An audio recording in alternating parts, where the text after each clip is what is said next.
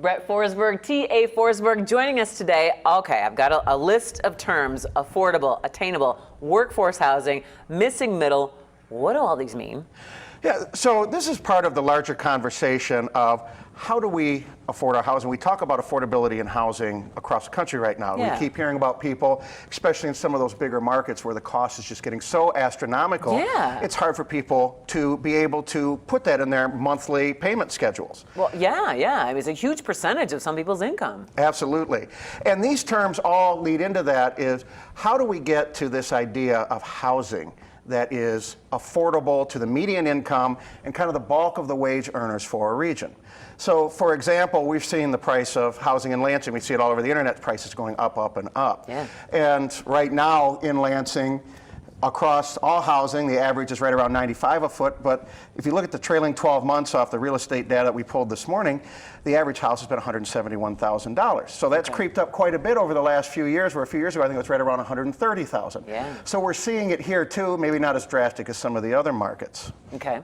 So what do you think is driving up the cost of the construction, the new build, and existing? So with the existing homes, you have job growth and growth in an area without a lot of housing coming in to offset that. Okay. And as houses get older, we have to replace them. They become what's called functionally obsolete. So as we do that and we look at what it takes to build a new house, the cost is getting really high. So we take new construction right now in the area. The average house that's sold in the last 12 months in the Lansing region was right around $314,000. So that's a lot higher than the $171,000 in the existing. Yeah. And there's a lot of reasons for that. So if you look at how we've built our housing, we've increased the technology in them. Yeah. We've also been working to build them safer. So with our energy systems and reduction in energy, but also using materials that aren't off-gassing things that are harmful to us in the house. So all of that costs money.